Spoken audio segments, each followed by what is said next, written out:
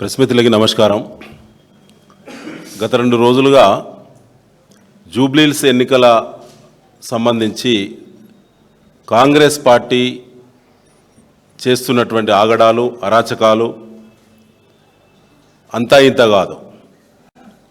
మా మీద, మా ప్రచార కార్యకర్తల మీద దాడులు చేయడము, బెదిరించడము ఒక ఎత్తు అయితే, చివరికి కాంగ్రెస్ పార్టీ అభ్యర్థి నవీన్ అనుచరులు కాంగ్రెస్ పార్టీ నాయకుల మీద, వాళ్ళ కార్పొరేటర్ల కుటుంబాల మీద కూడా దాడులు కోకొల్లలుగా చేస్తూ ఉన్నారు.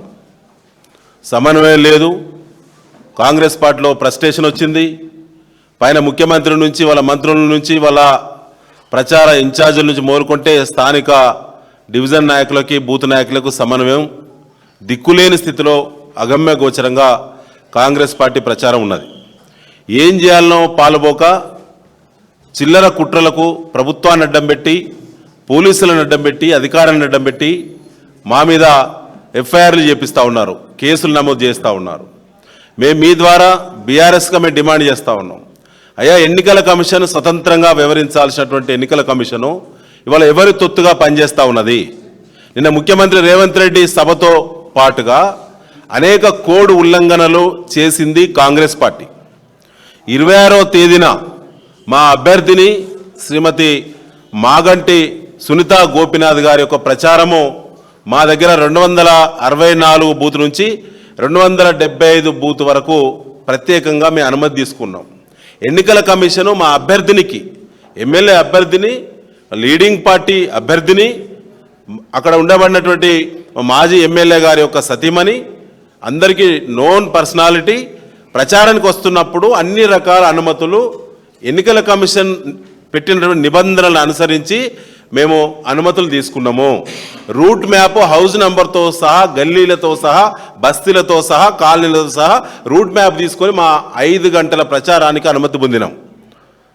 ప్రచారం 26వ తేదీ పొద్దున 9 గంటలకు ప్రచారం ప్రారంభిస్తే అప్పటికే కాంగ్రెస్ పార్టీ డీసీఎంతో కూడినటువంటి రథాన్ని పెట్టి, భారీ సౌండ్ స్పీకర్స్ పెట్టి అక్కడ విపరీతంగా అడ్డుకునే ప్రయత్నము, భారీ సౌండ్స్ వాళ్ళు వినిపిస్తూ కాంగ్రెస్ పార్టీలు పెట్టి మా అభ్యర్థిని ఎటు ప్రచారానికి పోతే అటే రావడం, ఏ గల్లీకి పోతే ఆ గల్లీకి రావడం, ఏ బస్తీకి పోతే ఆ బస్తీకి రావడం. 9 నుంచి 10:30 వరకు ఓపిక పట్టినటువంటి మేము, మా కార్యకర్తలము రూల్ ప్రకారంగా, రూల్ను అనుసరించి, ఎన్నికల కమిషన్ నిబంధనలను అనుసరించి సి విజిల్ కంప్లైంట్ చేయడం జరిగింది. మా కంప్లైంట్ నంబర్ 1289829. మేము 10 గంటలకు కంప్లైంట్ చేసినాము. 10:30కు సి విజిల్ టీం కూడా అక్కడికి వచ్చింది. టీం కూడా వీడియోలు షూట్ చేసిండ్రు, అభ్యర్థిని ఎట్లా వాళ్ళు ఫాలో అవుతూ మా పార్టీ ర్యాలీని ఎట్లా డిస్టర్బ్ చేస్తున్నారు రథం అని చెప్పి వాళ్ళు విజువల్ తీసుకొని వాళ్ళకు చెప్పినా కూడా వాళ్ళు వినే పరిస్థితి లేదు. 4 రౌడీలను పెట్టి అక్కడ ఉండేటువంటి పోలీసులు రౌడీల సైగలకే వాళ్ళు గౌరవిస్తున్నారు తప్ప సి విజిల్ టీమును కూడా గౌరవించే పరిస్థితి లేదు. సి విజిల్ వాళ్ళ మీదికి మేము పోయి గొడవ పెట్టినాం. వాస్తవంగా ఏం పద్ధతి, ఎన్నికల కమిషన్ రూల్ ఉంది, మీరు ఎందుకు అరెస్ట్ చేయట్లేదు, ఎందుకు బండి సీజ్ చేయట్లేదు, గత 2 గంటలు అవుతున్నది, ఒక మహిళా అభ్యర్థిని స్వేచ్ఛగా తిరిగే పరిస్థితి లేకుంటే మీరెందుకు, ఎన్నికల కమిషన్ ఎందుకు, ఈ పోలీసు వ్యవస్థ ఎందుకు, ఈ చట్టాలు ఎందుకు అని చెప్పి ప్రశ్నించింది నిజం. అక్కడ నేనున్నాను, ప్రచార బాధ్యతలు బీఆర్ఎస్ పార్టీ బాధ్యతలుగా నేనున్నా. ఆ బూతులకి నేను అడుగుతూ నేను చెప్పిన, ఇప్పటికైనా మీరు బంద్ పెట్టండి, లేకపోతే మీ వివరాలన్నీ కూడా నోట్ చేసుకొని మళ్ళీ రాతపూర్వకంగా ఫిర్యాదు చేసి ఎన్నికల కమిషన్ మీద, స్థానిక డ్యూటీలు ఉన్న పోలీస్ మీద, మీ మీద ప్రైవేట్ కేసు వేస్తామని చెప్పి నోట్ చేసుకుంటామని చెప్పి నోట్ ప్యాడ్ మీద ఎట్లయితే నోట్ చేసుకునే విధానం ఉంటుందో ఆ రకంగా చెప్పడం జరిగింది. ఆ సౌండ్స్కి ఎక్కడ నోరు విప్పడం కానీ మరొకటి కానీ చేయలేదు. దాన్ని మేమేదో రథాన్ని గాలబెడతామని లేదా అభ్యర్థిని ఆటంకపరుస్తామని చెప్పి కాంగ్రెస్ సోషల్ మీడియా, పిసిసి మొత్తం కూడా రాష్ట్రం అంతా ప్రచారం చేసుకుంటుంది. ఆ దౌర్భాగ్యానికి నిజం కూడా జోహార్లు. ఎందుకంటే అంత దిగజారేతనం కాంగ్రెస్ పార్టీకి వచ్చిన అధికారంలో ఉంటేనే వాళ్ళ అభ్యర్థి ఓటమిని ఒప్పుకున్నట్టే. క్షేత్రస్థాయిలో ఇంటింటికి పోలేని స్థితిలో కాంగ్రెస్ పార్టీ ఉన్నది. ఏం చెప్పుకోవాలో పాల్గొని స్థితిలో కాంగ్రెస్ పార్టీ ఉన్నది. కేవలం మీడియాను, సోషల్ మీడియాను, పోలీసును, ఎన్నికల కమిషన్ మాత్రమే నమ్ముకొని కాంగ్రెస్ పార్టీ ప్రచారం చేస్తూ ఉన్నది. ఈ క్రమంలో మా అభ్యర్థిని నడుస్తూ ప్రచారం వెళ్ళే సందర్భంగా కాంగ్రెస్ పార్టీ రథాన్ని పెట్టి పాటలు పెట్టి ఎట్లా డిస్టర్బ్ చేసిందో ఒకసారి మరి మీ ద్వారా జూబ్లీహిల్స్ నియోజకవర్గ ప్రజలకు తెలంగాణ రాష్ట్ర ప్రజలకు కూడా వాళ్ళ అరాచకం ఏ విధంగా ఉందో తెలియజెప్పేటువంటి వీడియో మీ ముందే ప్రదర్శించడం జరుగుతుంది. ఒకసారి చూడాలని చెప్పి విజ్ఞప్తి.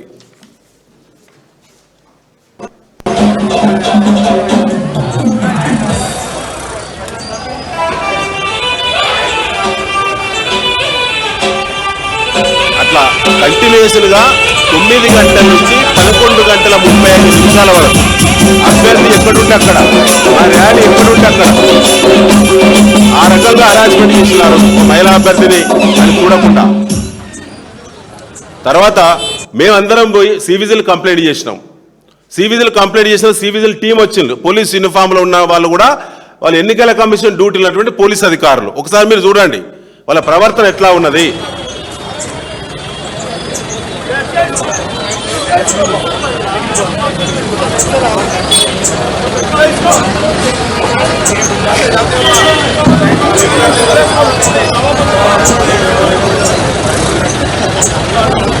వాళ్ళు చేతులు ఎత్తేసారు. ఎన్నికల కమిషన్ వాళ్ళు సివిజిల్ వాళ్ళు చేతులు ఎత్తేసి మా నుంచి కాదు అని అక్కడి నుంచి వెళ్ళిపోయిందండి.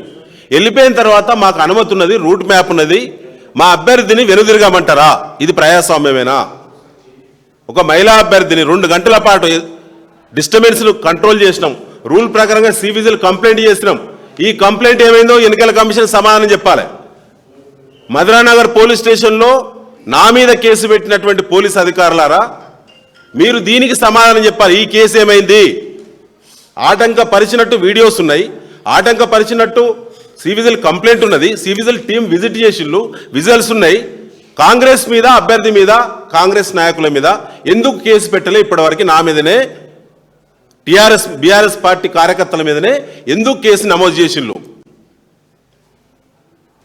ఈ రకమైనటువంటి హరాస్మెంట్స్ మొత్తము యూసఫ్గూడ డివిజన్లో ఇప్పటి వరకు 10ల సంఖ్యలో అరాచకం జరుగుతూ ఉన్నది. మా వాళ్ళు డోర్ టు డోర్ ప్రచారం పోతుంటే హ్యాండ్ మౌత్ తీసుకొచ్చి, కాంగ్రెస్ పార్టీలో హ్యాండ్ బాక్స్ తీసుకొచ్చి అప్పటికప్పుడు పాట పెట్టి అప్పటికప్పుడు డిస్టర్బ్ చేస్తూ ఉన్నారు. ఇట్లా చాలా కోకులుగా జరుగుతూ ఉన్నాయి. యూసఫ్గూడ డివిజన్లో విపరీతమైన హరాస్మెంట్ చేస్తూ ఉన్నారు. ఇవాళ కాంగ్రెస్ పార్టీ ఎక్కడి దాకా దిగజారిందంటే అంతటా దాడులే. ఈ మధ్య రాత్రి సమాధానం చెప్పాలి కాంగ్రెస్ పార్టీ వాళ్ళు. రాత్రి సంగీత యాదవ్ అనేటువంటి మహిళా కార్పొరేటరు, సోమాజిగూడ చెందిన కార్పొరేటరు, వాళ్ళ భర్త శ్రీనివాస యాదవ్ను క్యాంప్ ఆఫీసులో కాంగ్రెస్ పార్టీ వాళ్ళు నవీన్ యాదవ్ అనుచరులైనటువంటి గొంటి సాయినాథ్ అనేటువంటి రౌడీలు విపరీతంగా వాళ్ళ పార్టీలో కొనసాగుతున్న మహిళా కార్పొరేటర్ భర్తను రాత్రి విపరీతంగా కొట్టిండ్లు. ఇది కాదని సమాధానం చెప్పాలి కాంగ్రెస్ పార్టీ.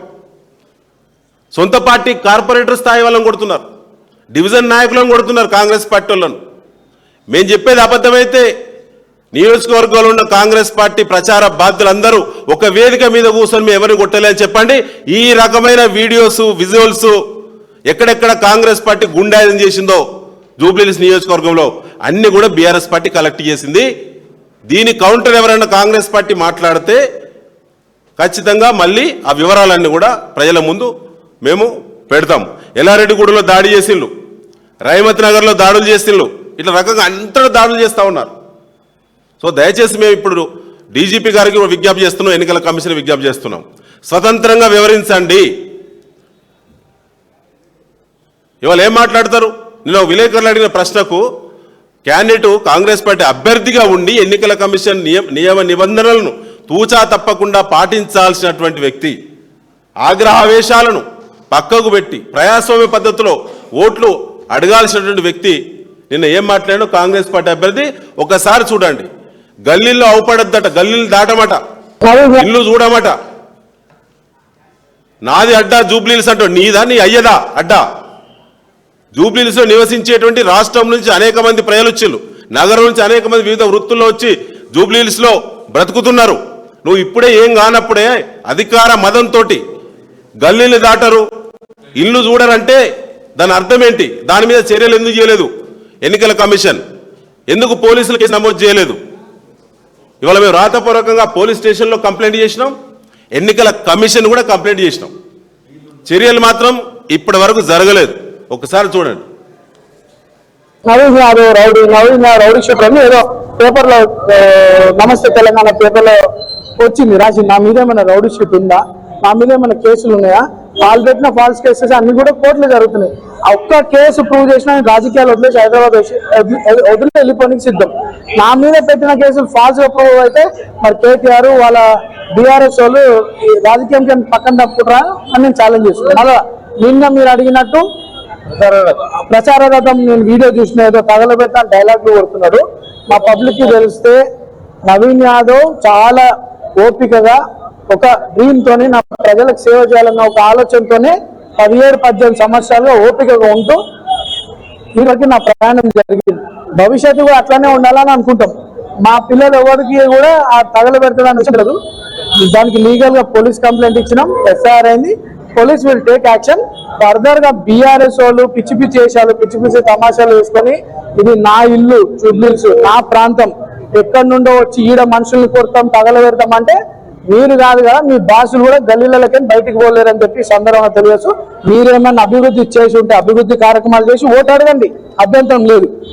అనవసరంగా పర్సనల్ గా మేము ఇదే అడుగుతున్నాం.